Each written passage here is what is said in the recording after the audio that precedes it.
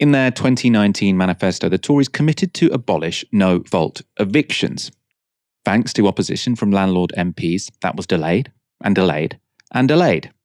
But in February this year, Michael Gove confirmed the Tories would get rid of the dreaded Section 21. You promised in 2019 in your manifesto that you were going to get rid of what's called Section 21, where landlords can evict tenants for no reason. Yes. It hasn't happened yet. Can you guarantee the 11 million renters in this country that you will end this before the general election? Yes, we have a bill. It's gone through its stages in the House of Commons, and that bill does a number of things to help people in the private rented sector, including ending no-fault evictions. So that was in February, but fast forward to this week, and Michael Gove has now abandoned that pledge. He's told the BBC that the Tories can no longer guarantee that they will ban no-fault evictions before the next general election. The U-turn was the subject of PMQs today, which featured both parties' deputies. I know the party opposite is desperate to talk about my living arrangements. but the public want to know what this government is going to do about theirs. Yeah. Natalie from Brighton has been served with 2 no-fault eviction notices in 18 months. She joins nearly 1 million families at risk of homelessness due to his party's failure to ban this cruel practice. Now, instead of obsessing over my house, when will he get a grip and show the same obsession with ending no-fault evictions? Well, to begin with, it is a pleasure to have another exchange with the Right Honourable Lady in this House, our 5th in 12 months. Any more of these, and she'll be claiming it as her principal residence.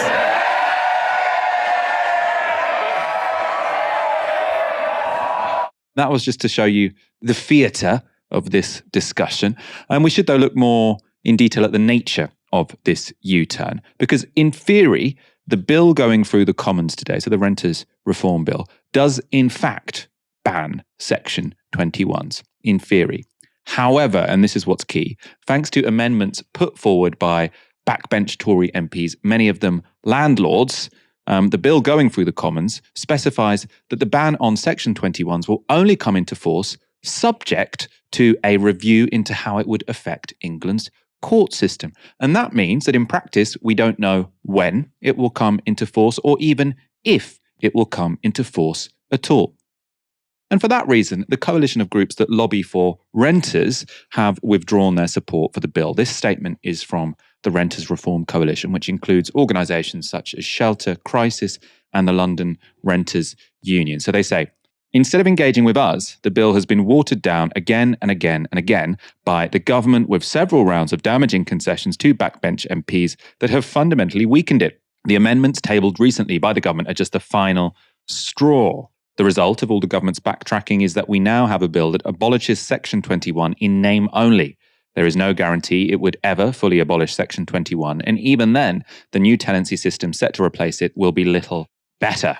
This legislation is intended to give the impression of improving conditions for renters, but in fact, it preserves the central power imbalance at the root of why renting in England is in crisis. Now, perhaps tellingly, while the Renters Reform Bill has now lost the support of renters groups, it has won the support of their landlords. Ben Beadle is chief executive of the National Landlords Association. He said this about the bill this morning. The bill isn't perfect, but last-minute carping is unhelpful, especially as it will represent the most dramatic change for 30 years. The bill strikes a careful balance in order to give renters security, landlords confidence, and ensure a healthy and vibrant private rented sector, one that contributes £45 billion to Treasury coffers and helps support almost 400,000 jobs. We mustn't let perfect be the enemy of the good. Now, when they sort of make these claims about how much it provides to Treasury coffers and how many jobs it creates, I always think this is somewhat ridiculous because they didn't build the homes. They just bought a home and got someone else to pay them rent. Now, if I wasn't paying my landlord rent, I would be spending that money on other things, and it would also make its way into the Treasury, but it would be via me sort of buying goods and services, not paying money to someone to sit on their ass because they had enough capital to get a mortgage on the home that I live in. Right? So I find all of these claims somewhat ridiculous from the Landlords Association.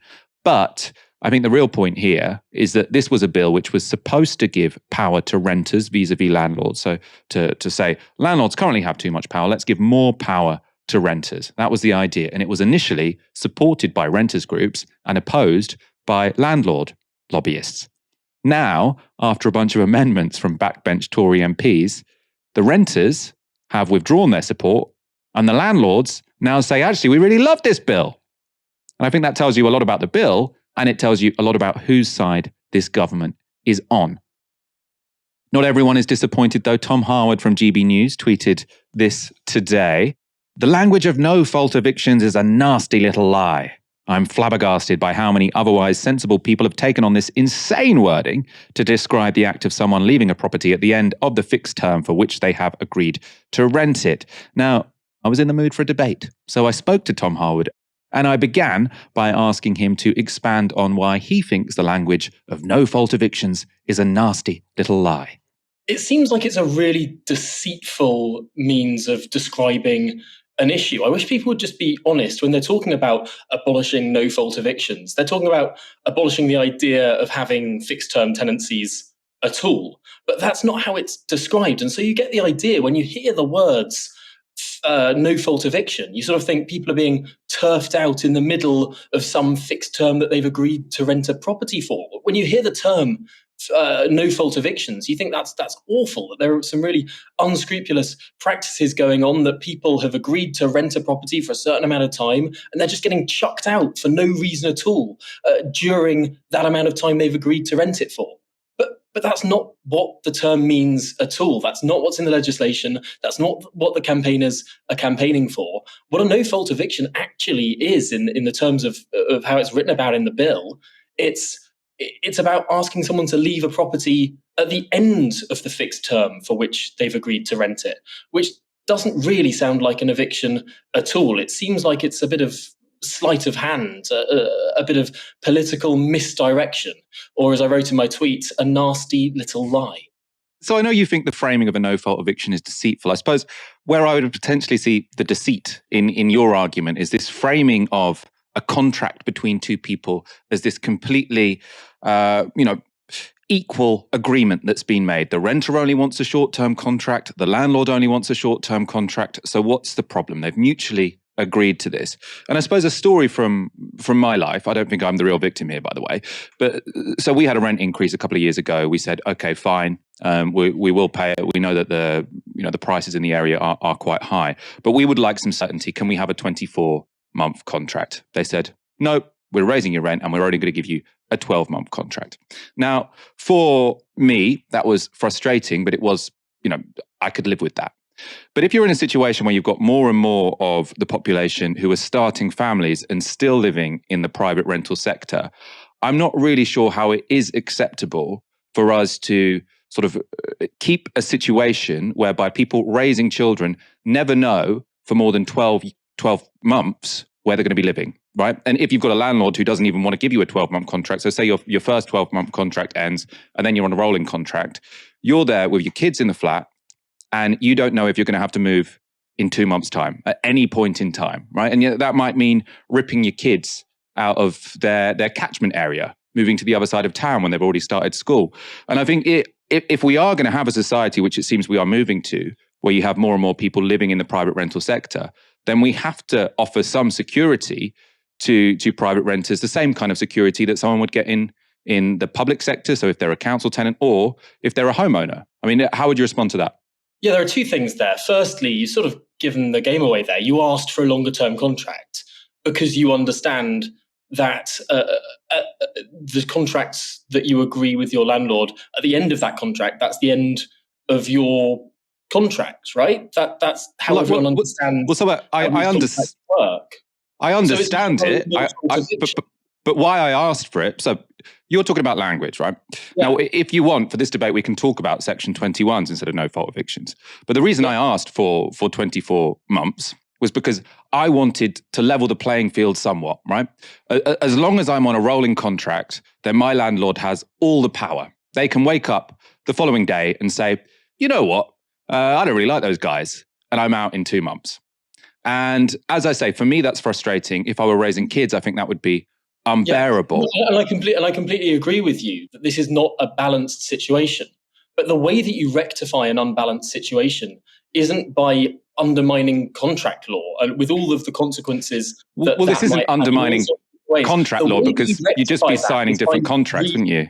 The way that you rectify that is by rebalancing supply and demand. The way that you control the excesses of landlords isn't by trying to do things that might actually decrease that supply in the first place, or place more stringent conditions on tenants when they apply for property in the first place, making that process all the more horrible, as I think would be the unintended consequences of legislation like this. You rectify this situation is by building so many more houses, having an influx of so many more landlords into the market, that they're competing for tenants' business rather than tenants competing for landlords' business. That's how you flip the calculation here. You don't have to change the rules of the game. You have to change the players. On one level, we're in somewhat agreement here, because we both want to build lots more houses. I'd say you're a right YIMBY. You just want deregulation and you're going to hope the developers do it. I'm more of a left YIMBY. I'd like the state to play a very active role in building the homes. But even if you look at a country that does build many more homes than us, so say Germany, for example, they build a lot more homes than us. They have a lot more homes per person. Now, because they have a large proportion of the population living in the private rental sector, they still do have, as standard, rolling tenancies. And rolling tenancies, by that I mean a tenancy which is unending and where a landlord has to have a good reason to kick you out, because they recognize that if you've got people living in the private rental sector, they need some certainty. People need to know that they're going to be able to remain in the same community in which they live. They also have fixed-term tenancies, which are pretty much for students. And I think the law which is being put forward would sort of have a bit of a carve-out for students. So the idea that you could build... I want to build loads more houses, by the way, but the idea that you could build so many houses that landlords are begging for tenants, to me, seems somewhat far-fetched. And also what you would be doing in that situation, even if we could do that, what about all those parents of kids who have no certainty for the next 10 years until we've managed to build 4 million houses or whatever it takes to have the situation you're talking about? You don't have to look that far in the past to see a situation where the balance of tenants to those that let out their houses was not so completely turned on its head as it is now. You don't actually have to look that far back in the past to see a situation where property was affordable in this country. We didn't have the sort of queues outside new flats that come on the market, or hundreds of people applying for new flats in some of the most sought after areas of the country. I mean, it's not unimaginable to go back to that situation that worked a lot better when we had a better ratio of those who wanted to live in rented accommodation compared to those that had rented accommodation to let out. And I worry that we really let politicians off the hook. Can you, sorry, sir, when are you talking about? When was that? What's the era where you think that landlords were competing for tenants as opposed to the other way around? The biggest example of the massive decrease of house prices that we saw most significantly was the 1930s, when we built so many more houses. It accounted for a majority of our growth. It was behind the sort of economic... You are also talking about a period where lots of people lived in slums, right? So one of the reasons that after the Second World War, we had a planning act, we had sort of councils coming in and saying we're going to have to build loads of properties, is because you had people living in slums, right? You had slum landlords. So the idea that sort of the attractive thing we should do is go back to the 1930s, I'm not sure if that's going to be a great selling point for your proposals. I understand the rhetorical trick that you've done there, but I do want to just get back to history. No. This is the fundamental point here. The last time that we had the highest amount of house building in this country was the mid-1930s. It then collapsed during the war. It never got back up to that rate of housing growth. People still lived in slums. I mean, if in your argument, why were people then living sort of whole families to a bedroom? But Michael, what I'm saying is that was the peak amount of building. Ever since 1945 onwards, we got less and less and less building. And as a result, things got worse and worse and worse over time. Now, I think it is interesting to look back. You didn't feel the particularly acute consequence of that, for example, in the 1960s or in the 1980s. People still were able to get onto the property ladder very easily, or indeed renting was not an enormous part of people's income, because income was growing because there was supply relative to the population that was relatively plentiful. Of course, it's felt like it's been hitting a huge pinch as our population has boomed relative to the amount of property available in the last 30 years or so. And of course, as the way people live in houses. I just want to come back to the idea that this is a rhetorical point, because I suppose when I'm giving my left YIMBY argument, sort of what I'm saying is an era which was pretty good, actually, was the 40s and the 50s. Lots of people who were living in slums could upgrade to a decent home that wasn't leaky. You didn't have the whole family living in one bedroom. You had an indoor toilet, right? These are all good things. And we were building shed loads of housing. So I'm saying a good left YIMBY looks at the 40s, the 50s, the 60s. There were conservative governments, by the way, that built as many council homes as Labour did. So it doesn't have to be a sort of partisan thing. But you're saying as the right YIMBY, the period you look to is the 1930s. Well, and to me, but the point then is, to me, if you're saying, would you prefer to live in the housing environment of the 1930s or the 1950s? The 1930s is when why is that disingenuous? I don't understand why that's disingenuous. Because if we had not had the Town and Country Planning Act come into force in the late 1940s, and we had the same level of private development throughout the 1940s and 50s and 60s as we did in the 30s, it would also be that level, that quality, that modern. Just because something happens in a later decade where technology has moved on, that's not a point that only the government could have done that. But I think there's another point here, which is very, very important. And I think left YIMBYs often forget it. The UK has one of the highest proportion of social housings in the world. In the OECD, I think we're fourth highest in terms of the proportion of our overall housing stock that is social housing. The problem here isn't a lack of social housing. As a proportion of our housing stock, we have an unusually high degree of social housing. Well, so we do have a need to use that social housing because private housing is too expensive. So we do have a high proportion of social housing compared to other countries. What we do have, though, is a situation whereby the state does not take a proactive role when it comes to private housing. So what you've got in Germany, for example, which does seem to be, somewhere where the housing situation is much better. People live in larger flats, they pay lower rent, or they pay lower sort of mortgages if they're buying a house. They have the state.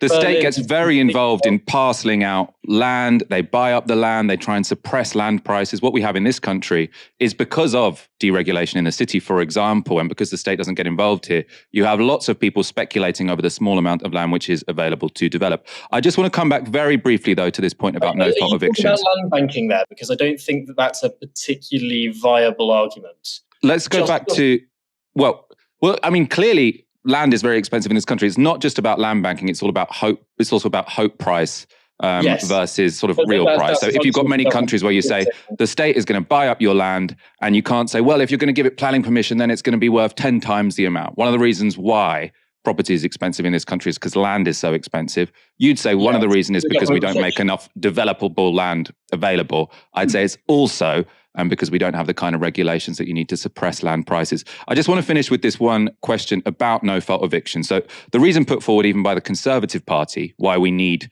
to end the possibility of a Section 21, a no-fault eviction, whatever you want to call it, is because there is the possibility that landlords have of revenge evictions. So they can say, or a renter can say, look, I've got mold in my room. I want you to fix it. The landlord can say, oh, I kind of don't really like these tenants anymore. And then within 2 months, they can kick you out. And this isn't hypothetical. This is sort of something which is recorded, happening over and over again. And probably as significant as the existence of actual revenge evictions is the fear of revenge evictions, which means that tenants don't complain about problems in their homes. So how would you sort of stop that beyond sort of building so many houses over a 10-year period that landlords are begging for renters to stay in their bedrooms? How would you fix that without getting rid of no-fault evictions? The only way that you can fix this stuff is by redressing that fundamental imbalance that exists in the first place, because whatever rules you have, and Section 21 is an example of it, unscrupulous landlords will find ways around it. And fundamentally, if there are people willing to rent new property that is frankly squalid because there is so little property available, people will live in those conditions. We see this all over the world. We even see it in Germany, which you continue to cite rather extraordinarily, because the waiting lists for new properties in Germany are so very high. This is one of the unintended consequences about abolishing the idea of fixed term tenancies at all. Landlords have to be so very sure of the people that they take on that actually it's much more onerous to get a property in the first place, to get that first step onto a ladder. Yes, you're sitting pretty if you're finally in a flat, but for people that are moving into an area, for young people, for people that haven't been in a particular area all their lives, it becomes so much harder because the limited stock available is sort of gold-plated and reserved, and you get these two classes of renters develop. That is a totally unsatisfactory position, but politicians are happy to say it because they are still living in an area where everyone is sort of gold-plated in their flats as if time has been frozen. They'll continue to vote for those politicians and think everything is absolutely fine. But things aren't fine because the real market value of these things has been soaring because there hasn't been any construction. You're giving excuses to politicians to continue this absolutely insane status quo, whereby we get away with such little building, preserve the values of people, not just who own property, but in the world in which we've abolished the idea of fixed term tenancies, also preserve the value of those that are lucky enough to have already been in flats.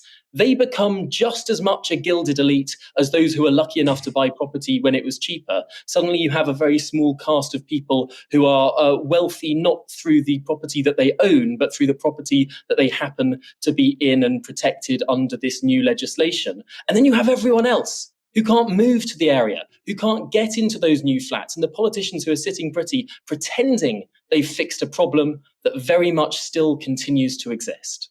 We're on the same page in terms of this is only going to work if you also build a lot more houses. But in terms of where the class of sort of hyper-privileged people, and when it comes to housing, are sort of more closed off, I would say that's more the case in the UK than it is in Germany, where they have way more regulations than us. But thank you very much for a spirited debate. A pleasure to have you on Novara for the first time, Tom.